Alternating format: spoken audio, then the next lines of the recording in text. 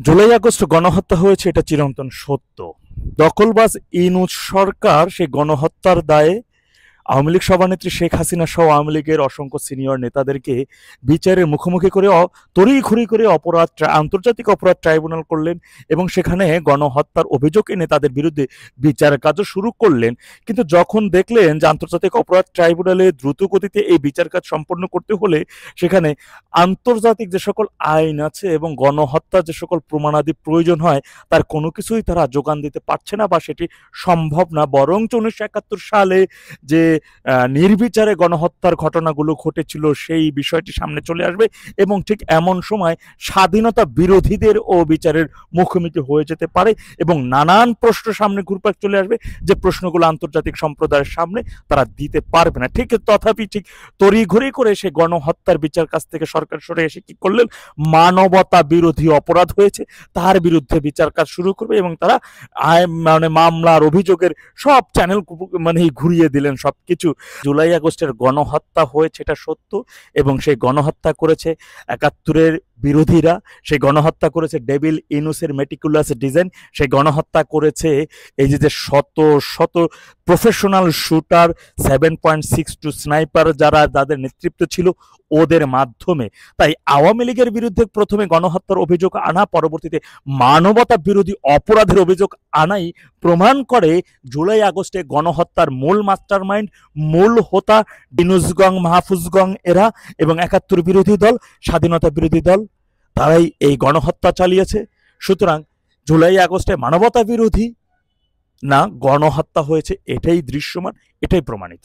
আচ্ছা, এই মুহূর্তে কি বাংলাদেশে গণহত্যা হচ্ছে না? দেখেন, প্রতিদিন এই বাংলাদেশে কোথাও না কোথাও গণহত্যা হচ্ছে। একের অধিক হত্যা হলেই কিন্তু তাকে গণহত্যা বলে।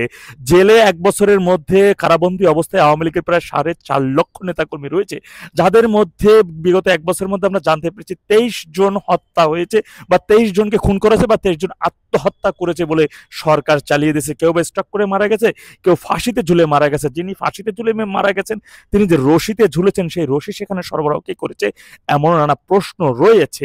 23 জনকে কারাবন্দী অবস্থায় 110 জন এমপি, যার মধ্যে প্রায় 37 জন মন্ত্রী, প্রতিমন্ত্রী, হুইপ, চিফ হুইপে রয়েছেন। আওয়ামী লীগের অসংখ্য সিনিয়র নেতা কর্মীদের কিন্তু কারাবন্দী অবস্থায় রয়েছেন। প্রতিদিন গাঙ্গায়, নদীতে, বন্দরে, খালে, পাড়ায়, পুকুরে, এরপরে জ্বর জঙ্গলে লাশ আর লাশের সারি কিন্তু পাওয়া যাচ্ছে। গতকালকে কিন্তু আমরা দেখেছি যে কুমিল্লায় একজন যুবলীগের নেতাকে হত্যা করা হয়েছে, আর একজন ছাত্রলীগ নেতাকে কুপিয়ে হত্যা করা হয়েছে। এই ঘটনা আমাদের প্রতিদিন নিত্য নৈমিত্যের এখন একটা রুটিন মাফিক হয়ে আসছে এই ডেভিল ইনুস সরকারের আমলে। 1 বছরের ব্যবধানে সারা দেশে প্রায় 15,000-এর অধিক আওয়ামী লীগ নেতাকর্মী ও সাধারণ মানুষকে হত্যা করেছে ডেভিল ইনুস, যে কিশোর গ্যাং তৈরি করেছে এবং মব সৃষ্টিকারী দল বিএনপি এর মধ্যে এই সকল হত্যাযজ্ঞের মূল হোতা এবং নেতৃত্বে রয়েছে ডেভিল ইনুসের হাত। ডেভিল ইনুসের কালো হাতের মাধ্যমেই মূলত প্রশাসনের নাকের ডগার উপর দিয়েও দেখেছেন যে গাজীপুরে কিভাবে দিনে দুপুরে প্রকাশ্যে দিবালোকে শত শত মানুষের সামনে চাঁদাবাজের ভিডিও করতে গিয়ে একজন সাংবাদিককে হত্যা করা হলো এবং সেখানে উপস্থিত পুলিশ কিন্তু বলছিল আমার সামনে না ওই দিকে গিয়ে মারো। এমন ঘটনাও কিন্তু আপনারা দেখেছেন।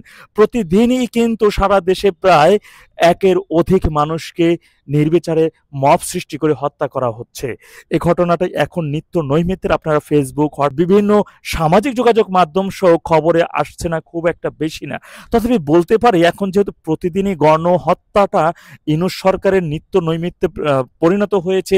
32 নাম্বার মব তৈরি করে ভাঙা হয়েছে, আওয়ামী লীগের কেন্দ্রীয় কার্যালয় ভাঙা হয়েছে। এই যে হাজার হাজার আওয়ামী লীগের নেতাকর্মীদেরকে যেভাবে নির্বিচারে হত্যা করা হচ্ছে, বাড়ি ঘরে লুটপাট করা হচ্ছে, দখলবাজি করা হচ্ছে, ব্যবসায়ীকে সোহাগকেও কিভাবে হত্যা করেছে, শুধুই যে আওয়ামী লীগের নেতাকর্মী তা না, সাধারণ মানুষ ব্যবসায়ীরাও কিন্তু ওদের হাত থেকে রেহাই পাচ্ছে না।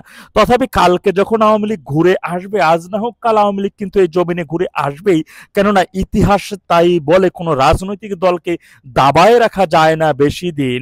1 বছরের ব্যবধানে দেখেছেন যে এখন শেখ হাসিনাই বাংলাদেশের অন্যতম একজন ফ্যাক্ট, শেখ হাসিনাই বাংলাদেশের অন্যতম প্রাসঙ্গিক এবং শেখ হাসিনার বিকল্প শুধুই শেখ হাসিনা, শেখ হাসিনার বিকল্প আওয়ামী লীগ, আওয়ামী লীগের বিকল্প শেখ হাসিনা।